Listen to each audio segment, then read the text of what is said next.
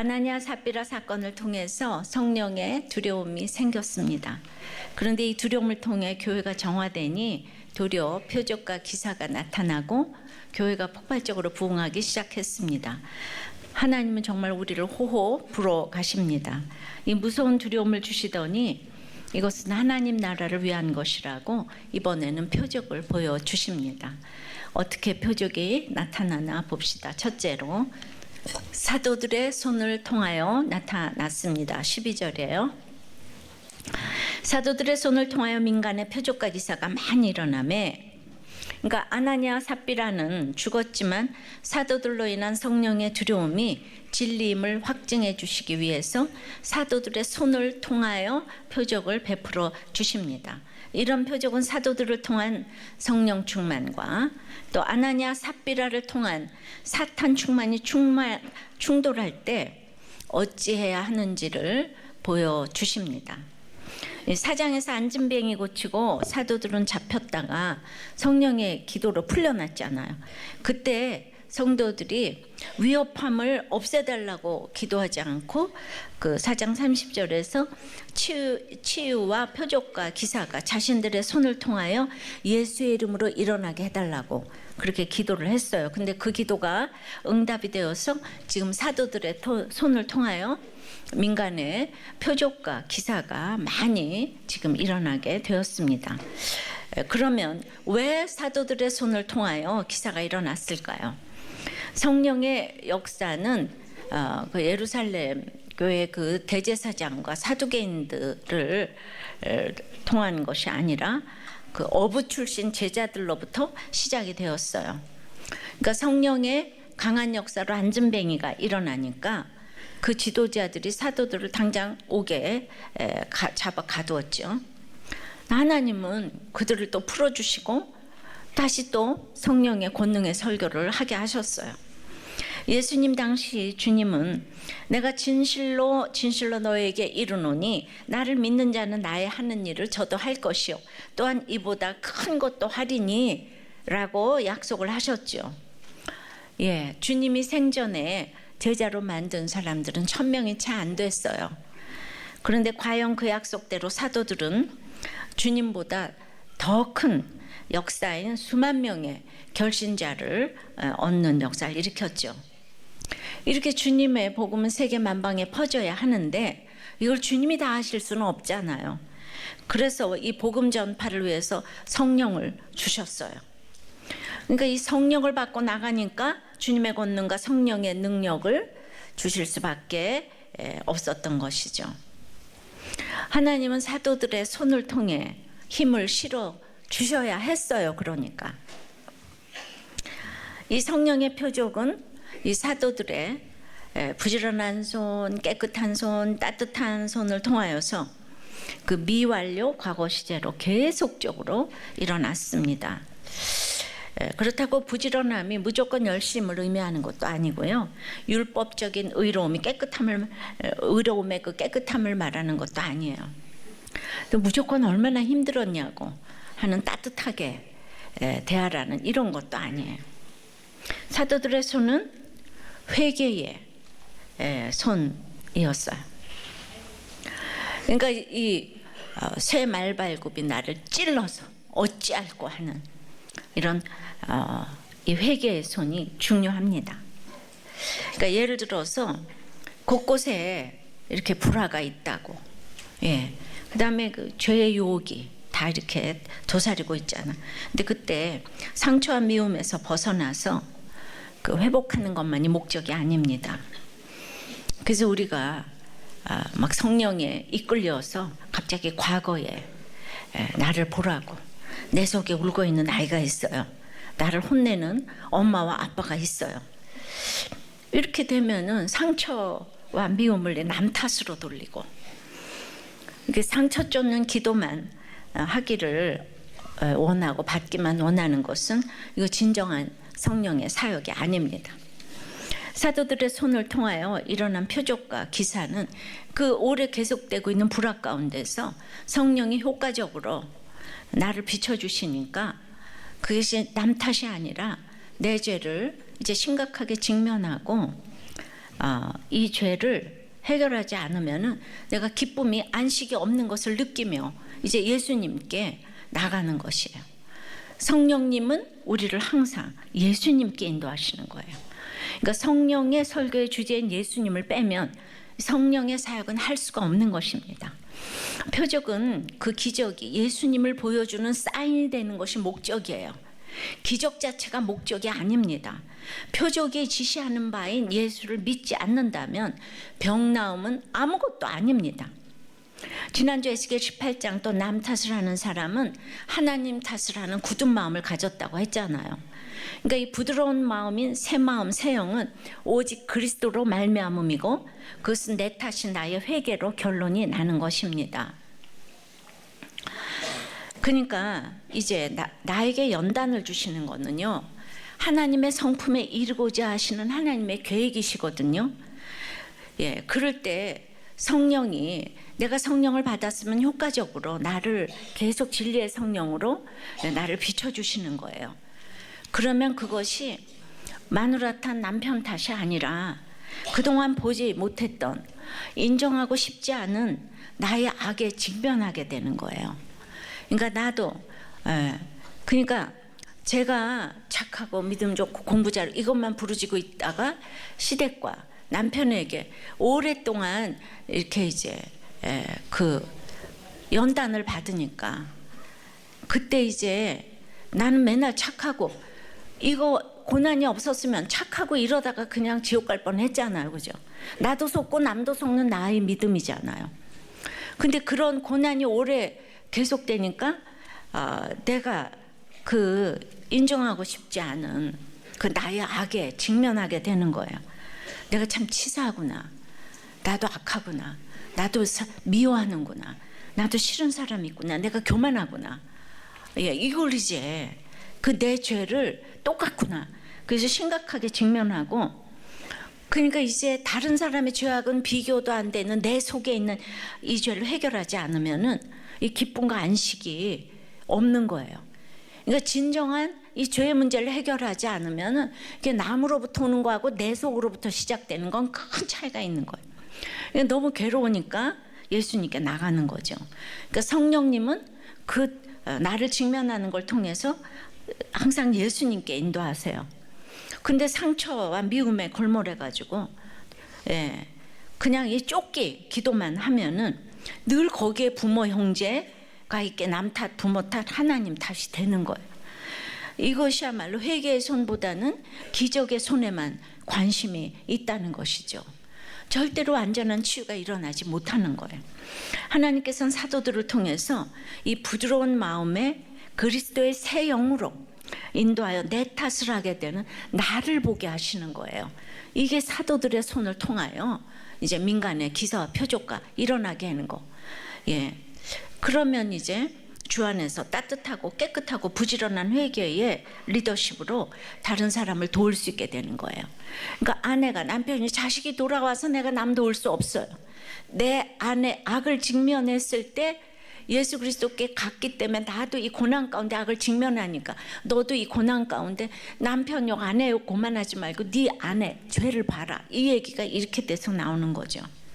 그 사도들을 통하여 이 성도들은 대제사장과는 전혀 다른 이 리더십을 이렇게 맛보게 된 거예요. 주님의 제자들도 그렇지만 교회는 담임 목사 이상 잘하기가 어렵습니다. 그동안 훌륭한 목사님들을 만나 평신도인 제가 여기까지 왔습니다. 지나고 보니 정말 표적이고 기사입니다. 이제 우리들 교회도 만인 제사장 시대에 평원초원 마을 목자들의 손을 통하여 성령의 표적과 기사가 일어나기를 소원합니다. 나를 양육시키는 분은 띵크 양육자이건 목자이건 마을이건 초원이건 평원이건 그 리더십들의 손을 통하여 개인마다 집집마다 목장마다 마을마다 초원마다 평원마다 회사마다 표적과 기사가 일어나기를 축원합니다. 여러분들의 손을 통하여 성령의 표적이 일어나면 두 번째는 믿는 사람이 다 마음을 같이하여 모여야 합니다. 12절 믿는 사람이 다 마음을 같이하여 솔로몬 행각에 모이고 성령의 두려움을 안겨주는 사도들의 카리스마와 영적 권위는 예루살렘 주민들의 대규모 개종을 가져왔어요. 그러니까 다돌아서 표적과 기사가 일어나는 비결을 물었을 거예요. 성령의 강한 역사로 인해 지도자들이 잡아 가두었을 때 그 4장 30절에 보면 이 성령 공동체 성도들이 함께 모여 손을 내밀어 병을 낫게 하옵시고 표적과 기사가 거룩한 종 예수의 이름으로 이루어지게 하옵소서 하고 합심하여 기도한 사실을 우리가 볼 수 있습니다. 여러분, 유무상통하는 게 어려운 게 아니에요. 이 세상에서는 한 마음이 되는 게 가장 어렵습니다. 그러니까 있는 자 없는 자, 배운 자 안 배운 자가 하나가 된다는 것이 기적이에요. 한 부목자님이 제가 지금 양육을 받아야 되는데 양육자로 섬기고 있어요. 이건 핍박은 아니고 영적으로 어려움을 당하고 있습니다. 이분의 어려움은 동반자들이 저보다 너무너무 훌륭하신 분들이라서요. 이게 얼마나 힘든지 아십니까? 이분은 건설공장과 정수기를 함께 하고 있는데 이제 우리들 공동체에 있으니까 이렇게 할 수 있는 것 같습니다. 표적과 기사는 늘 한마음 한뜻의 공동체로 나타납니다. 근데 이제 사도들이 잡혀갔을 때 이 공동체에서 내가 그럴 줄 알았어. 베드로 사도가 어부인데 뭘 알겠어. 우리와 정서가 다르다니까. 잡혀갈 줄 알았어. 학교를 제대로 나왔나. 대제사장 가문이길 하나. 이러면서 마음이 나뉘었다면 초대교회는 무너졌을 것이에요. 예. 정말 안 그렇습니까? 우리는 너무 상처받은 사람들이 많아요. 예. 그러니까 다들 오면 우리가 참 다른 교회라고 하지만 그러니까 상처받고 그래가지고 굉장히 좀 있잖아요. 이 베드로 사도들처럼 좀 거칠어요. 그런데 이 대단한 분들은 굉장히 교양이 있잖아요. 예. 그러니까 그거를 인정해야죠. 인정해야죠. 그래야지 하나가 돼서 가죠. 그러니까 내가 믿음이 있다고 뭐 돈 있으면 다냐? 스펙 있으면 다냐? 다다. 이런 생각을 해야죠. 아, 그런 분들이 여기를 왜 오겠어요? 예. 그런데 믿음이 왕노릇한다고 믿음만 있으면 다른 사람들을 아무렇게나 대해도 된다고 이렇게 생각하시면 절대로 안 되는 거예요. 그래서 항상 이렇게 평균케 되셔야 합니다. 그래서 이게 굉장히 마음을 다 같이 하여 자주 나오는 구절은 읽을 때마다 지나칠 구절이 아니에요. 아주 주목을 해야 합니다. 물론 중요한 것은 믿는 사람이 한 마음이 돼야겠죠.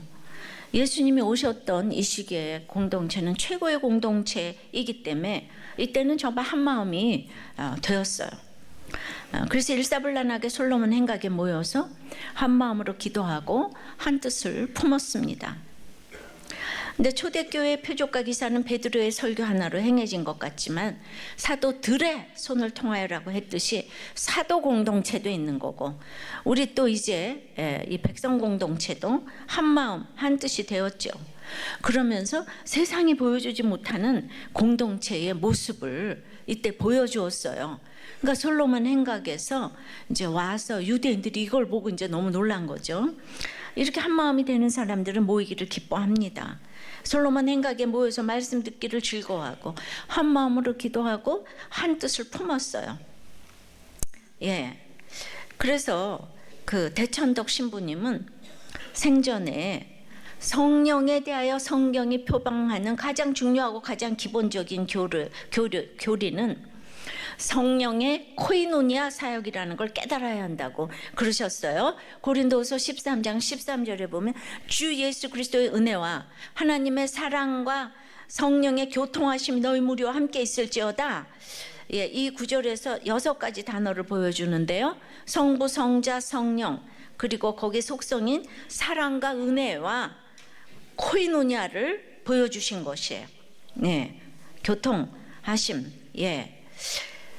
코이노니아는 성령의 열매, 은사, 지혜, 성화 뭐 그 밖에 어떤 것보다도 우선되는 성령의 사역이라고 지금 코이노니아를 갖다 이렇게 넣었는데요. 그러니까 샬롬, 호산나처럼 이것도 원어로 코이노니아로 그냥 쓰여져야 된다는 거예요. 그러니까 근데 이거를 무려 17개 단어로 이렇게 이제 번역을 해놨다고 하는데, 그러니까 코이노니아가 그렇게 중요한 거, 마음을 하나 합해서 하나로 모이는 이 공동체가 너무 중요한 거. 예, 그래서 이 코이노니아는 아주 비싼 값을 지불한다는 거예요. 코이노니아는 결코 진공관 속에서 가르칠 수가 없대요. 그거는 삶이기 때문에 이론으로 가르칠 수가 없는, 그래서 성부, 성자, 성령, 사랑, 은혜, 코이노니아, 예, 성령의 교통하심, 교제, 예. 교회 표적과 기사를 원한다면, 예, 그러니까 믿는 것이 중요하고 믿음 위에 한 마음이 되는 것이, 믿는 사람이 마음을 같이 하니까요. 믿음 위에 한 마음 한 뜻이 중요한데요.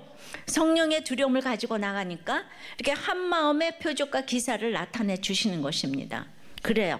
이타적인 목적, 즉 구원을 위해서 참 두려워할 일이 많아요.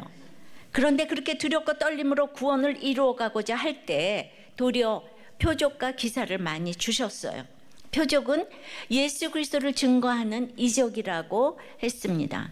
주님이 살아계시다는 한마음 한뜻의 표적과 기사가 풍성하면 교회가 부흥합니다. 성도가 살아나고 가정이 살아나고 교회가 살아납니다가 우리도 교회 목회자 세미나의 표어입니다. 맞습니다. 우리도 교회가 16년 지나고 나서 보니까 초대교회 같다는 생각이 좀 듭니다. 그렇습니까? 적용해 보세요. 한 마음이 안 되는 곳은 어디입니까? 가정입니까? 목장입니까? 회사입니까?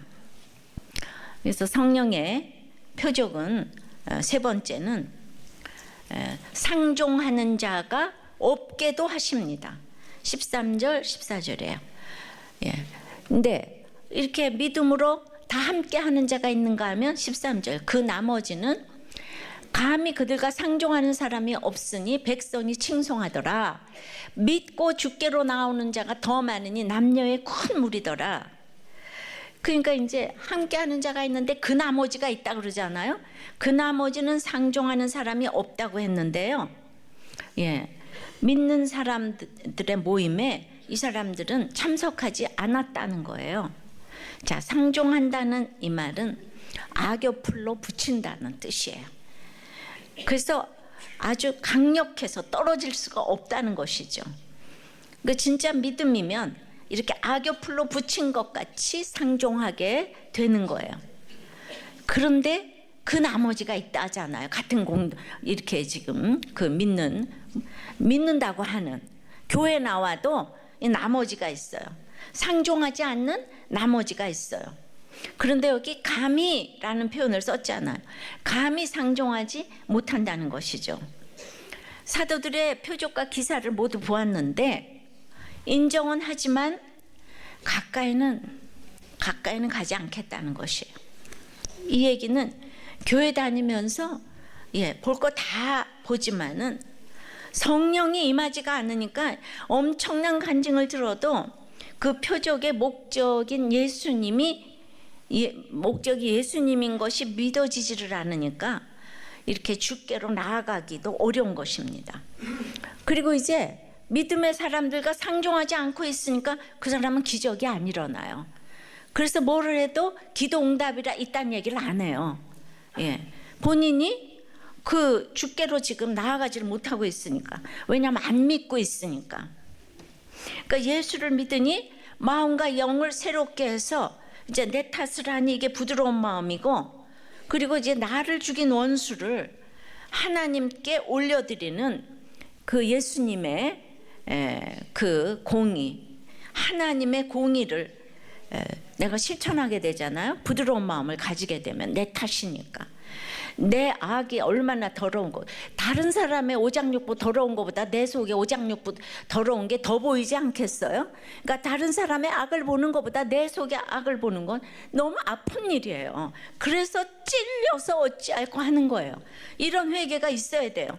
그러니까 나를 괴롭히는 원수를 하나님 옆에 올려드리는 게 이게 하나님의 공의이기 때문에 그런 나를 보고 다른 사람들이 주께 나오게 되는 거예요. 저 사람이 어떻게 저러지? 그래서 이제 믿는 자가 다 이제 마음을 이제 같이 할 수 있는 그런 역사를 이루어 주는 거죠. 그래서 주께로 나오는 자가 이제 많게 되는 거죠. 그러니까 이 얘기는 그 사람들이 어떤 적대적인 얘기를 하기보다는 그러고는 뒤에서는 칭송했다 그랬잖아요. 예, 백성이 칭송했어요.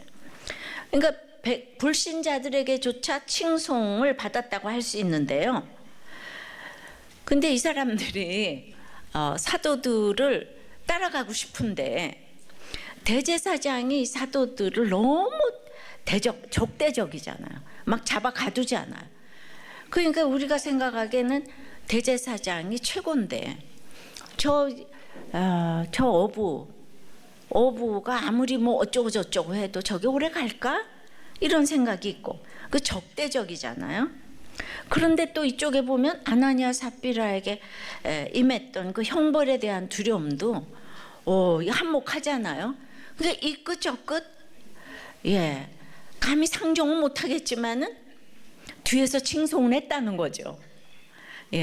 대제사장도 이상하지만 대제사장은 권세가 있잖아요. 그리고 오랫동안 내려오던 전통이 있잖아요. 근데 이제 이쪽도 보니까 안진뱅이가 일어나지. 그 대단한 재산을 유무상통하죠. 헌금 떼어먹고 죽었다 그러는데도 다들 요동함이 없어. 한 마음으로 순종을 하고 표적과 기사를 보이고 뭐 다들 이혼도 안 하고 죽지도 않고 이러니까 따라가기가 너무 힘든, 욕할 수는 없는, 그러나 뭐 이런 거 있잖아요. 그리스도인들이 성경만 끼고 거룩하게 보여서 누가 칭송을 하겠어요. 인정하고 싶지 않지만 적용을 너무 잘하는 거예요. 그래서 칭송해도 가까이 하긴 너무 싫어. 내가 이제 누리고 싶은 게 많으니까. 그래서 한 마음이 되었으면 믿고 주께로 나오는 것이 같은 방향이잖아요. 근데 이 사람들은 같은 방향이 안 되니까 상종이 안 되는 거예요. 아무리 표적이 행해지고 간증이 행해져도 이제 이런 사람들은 악교풀 같은 지체가 없어요. 그리고 이 사람들에게는 제대로 사랑해서 말해줄 지체가 없어요. 왜냐하면 듣기 싫어하니까, 듣지를 않으니까. 그러니까 맨날 좋은 소리만 해주는 거예요. 맨날 유리그릇처럼 다루는 사람이 되는 거죠. 그러니까 말씀이 안 들리니까, 자기한테 싫은 소리 조금이라도 해주면 안 되니까 인간적으로 끼리끼리만 찾고, 있는 사람끼리 찾고, 배운 사람끼리 끼리끼리, 지역색으로 끼리끼리, 당한 사람 끼리끼리, 분한 사람 끼리끼리 이렇게 찾게 되고 결국 믿는 사람과는 상종을 하지 않습니다. 그 얘기는 같은 교회에 있지만 교양 있게 대하지만 그냥 평행선을 딱 달리고, 그리고 딱 보면은 막이 있어요. 근데 끼리끼리니까 그걸 서로 몰라요. 근데 성령 받은 사람, 안 받은 사람을 보면 막이 딱 있거든요. 거리가 있고 절대로 감춰야 되니까 솔직하게 얘기하지 않는 거를 성령 받은 사람은 알잖아요. 이 시대에도 특별한 관심과 결단력이 없이는 이 사도들의 집단에 가까이 하기가 너무 어려웠죠. 결국 이 말 저 말 해도 그들의 특징은 주께로 나아가기가 싫은 거예요. 이 세상이 좋은 거예요. 그러나 너무 이적을 이렇게 베풀고 있기 때문에 사도들을 욕하거나 비난할 수는 또 없었어요.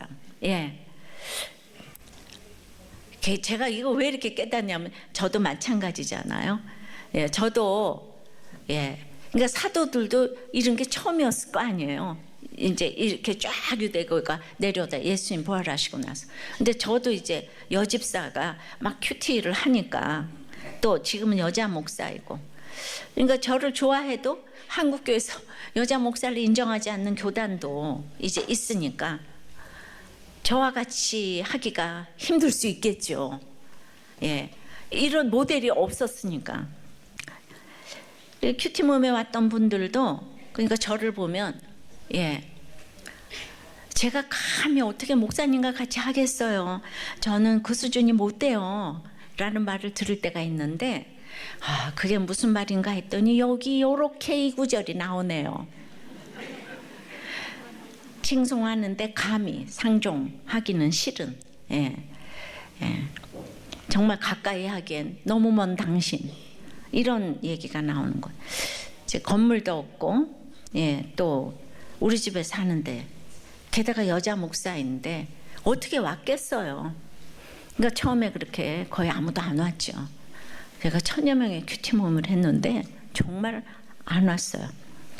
그러나 오지는 못해도 뒤에서 칭송은 했다고 봅니다. 호의를 가지고 칭송하였음에도 불구하고 이제 거리를 이렇게 딱 두게 되는 거죠. 제가 30여 년 큐티 모임을 했기 때문에 그래서 참 지나간 분들도 많고 보고 싶은 분들도 많은데, 뭐 해외 집회에 가거나 또 이제 또 여러 집회에 가면은 큐티 모임에 왔었다고, 그리고 굉장한 또 이제 리더십들을 발휘하고 계신 걸 볼 때 감사를 또 드려요. 하여튼 유대인 모임과 그리스도인들의 모임은 달라도 한참 달랐기 때문에 이제 문화 충격이 있어가지고 함께 하기에는 부담이 된 것 같아요. 여러분들도 우리들 교회 오면 문화 충격이 있잖아요. 그죠? 있죠? 자, 충격에서 벗어나신 분들은 대답하지 말고, 아직도 충격 중에 있는 분들은 대답해 보세요. 아직도 충격이 있나요? 아직도 충격이 있어요? 근데 왜 이렇게 맨 앞에 앉아 계세요? 무슨 말인지를 모르시는 것 같아요. 그러니까 생각해 보세요. 우리 교회 와서 막 이렇게 목장에서 자기 얘기들을 막 오픈하는 게 이게 굉장히 충격이잖아요. 근데 기존에 이게 나이가 많을수록 이게 굉장히 이상해 보이는 거예요. 왜 안 하던 걸 하는가. 그래서 우리들 교회도 마찬가지 아니었나 이렇게 싶습니다. 아멘? 적용해 보세요. 여러분은 상종하는 악교풀 같은 지체가 있습니까? 없습니까? 나를 뒤에서 칭송하는 것 같습니까? 뒷담화하는 것 같습니까? 그 성령의 표적은 네 번째는 주께로 나오는 자가 더 많게 하십니다. 14절, 믿고 주께로 나오는 자가 더 많으니 남녀의 큰 무리더라. 그러니까 그 나머지는 감히 상종하는 자가 없어도 상종하는 자가 더 많기에 믿고 주께로 나오는 남녀의 큰 무리가 있다고 합니다. 이 미완료 과거형으로서 믿는 무리가 계속하여 더하여지고 있다는 거예요. 그러니 생명의 열매가 있으면 전염이 되게 되어 있습니다. 교회에 나오는 자가 아닌, 교회에 나오는 자가 아닌 주께로 나오는 자가 더 많아졌다는 거예요. 다들 부담을 가지고 쳐다본다 해도 진정한 주의 공동체에는 하나님이 사람을 붙여 주십니다. 그러니까 나를 다 욕만 해도 이상한 사람이고 다 칭찬만 해도 이상한 사람이고, 상종하는 사람이 50이면 주께로 나오는 사람이 50이면 맞아요. 그러니까 하나 더 많으면 그러지. 그렇게 모두가 칭찬하고 모두가 욕하면 그거 다 이상한 거예요. 이 말이 맞습니다. 믿는 자들 속에 지금까지 언급되지 않던 여자들을 따로 언급하고 있는데요. 이전까지는 믿는 자들 속에 남자만 언급했잖아요.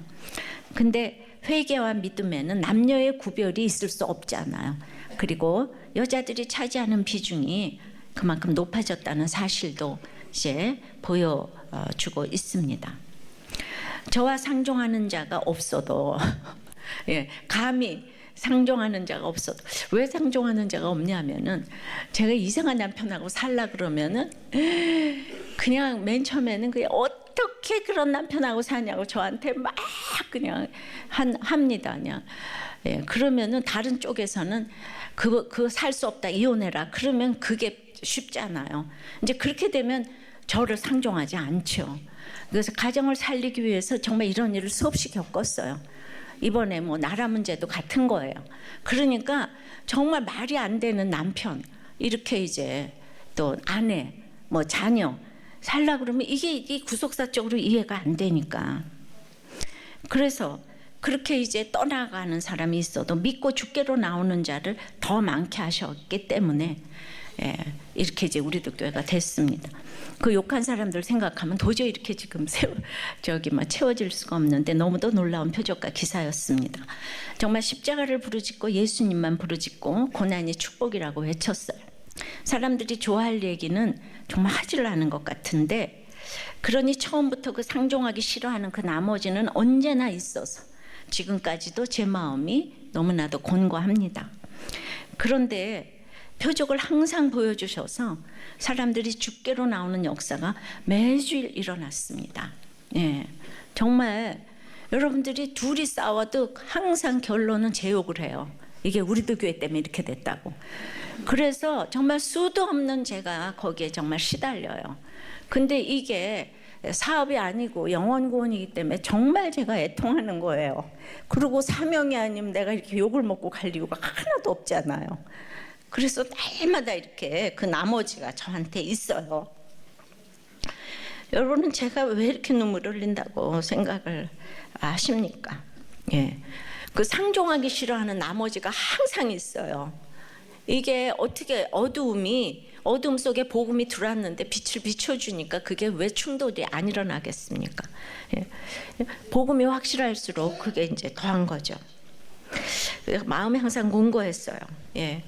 말씀 묵상을 한다는 것은 삶을 나누는 것이고 공부가 아니기에 날마다 나누다 보니까 결국 죽어지고 썩어지고 미랄이 되는 적용을 듣고 보고 주께로 나오는 이 놀라운 표적을 보게 된 것이죠.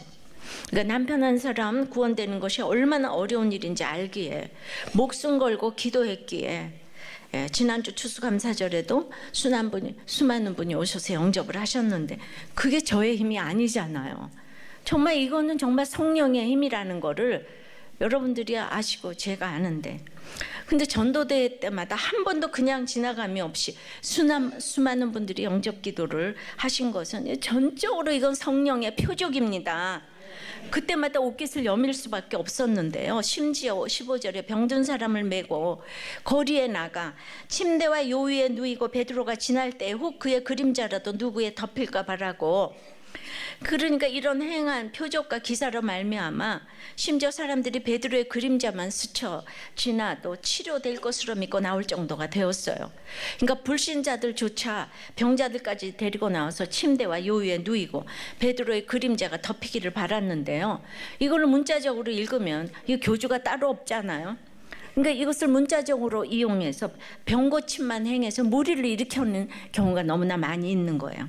근데 초대교회 베드로 그림자 덮일까 바라는 것은 정말 전폭적인 신뢰를 의미하고 그 당시 복음 전파를 위해서 사도들에게 신유의 은사도 강력하게 허락하셨어요. 왜냐하면은 맨 처음에 예수가 들어갈 때 다 가난하잖아요. 가난할 때는 이 말씀을 모르는 거예요.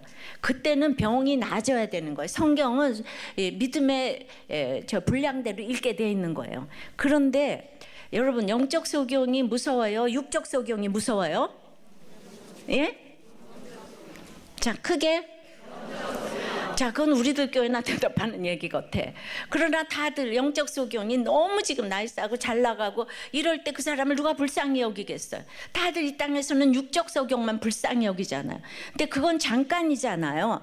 그러니까 요한복음 9장에 너희가 본다고 하기 때문에 죄가 그저 있다고 그러지 않아요. 저는 보지 못한다고 했기 때문에 예수님을 만났는데, 그러니까 우리가 주님을 믿지 않는 것, 이것이 훨씬 큰 정말 죄악이고, 이제 그런데 우리는 육적인 병만 낫기를 원하지 않아요. 그래서 그렇지만은 맨 처음에 개발도상국 우리나라 같이 빈곤한 국가는 이 기적의 병고침 역사가 있어야 되는 거예요. 그거로만 예수님을 이렇게 보일 수가 있기 때문에 실제로 예수님이 옷깃을 만진 것이나 병이 낫잖아요. 12의 혈루증 여인이요. 또 사도 바울의 손수건을 통해서 병을 받은 경우를 우리가 알 수 있잖아요. 신유의 은사를 부정하는 게 절대로 아니에요. 종류별로, 장르별로, 수준별로 사발을 벗어나서 성령의 나라로 입문했지만 갈 길이 너무 멀은 거예요. 멀은 거. 그러니까 그때마다 하나님께서 역사하시는 것이 다른 줄 믿습니다. 16절이 예루살렘 부근에 수많은 사람들도 모여 병든 사람과 더러운 귀신에게 괴로움 받는 사람을 데리고 와서 다 같이 다 나음을 얻으니라. 우리가 예수를 믿으면은 다 이렇게 병 고침 받아요. 모든 병은 병원에서 물론 고쳐야 돼요. 초대교회 당시는 의료기관이 없었기 때문에 병자들이 많이 몰려왔잖아요. 근데 병든 사람과 더러운 귀신에게 괴로움 받는 사람은 육체적, 정신적, 영적 질병을 다 가리킨다고 볼 수 있어요. 그런데 수많은 사람들도 다 나음을 얻으리라는 것처럼 복음 전파를 위해서 그때 치유의 능력이 매우 강력했음을 이제 알 수가 있죠. 그리고 주변 성읍 사람들까지 모여드는 걸 보니까 사도행전 1장 8절에 복음이 예루살렘과 온 유대와 사마리아와 땅끝까지 이르러 전파되리라 한 그 주의 약속의 말씀이 지금 이루어지는 걸 보여지죠. 조금씩 지경이 넓어지잖아요. 적용해 보세요. 여러분의 복음은 점점 지경이 넓어지고 있습니까? 그대로 있습니까? 좁아지고 있습니까?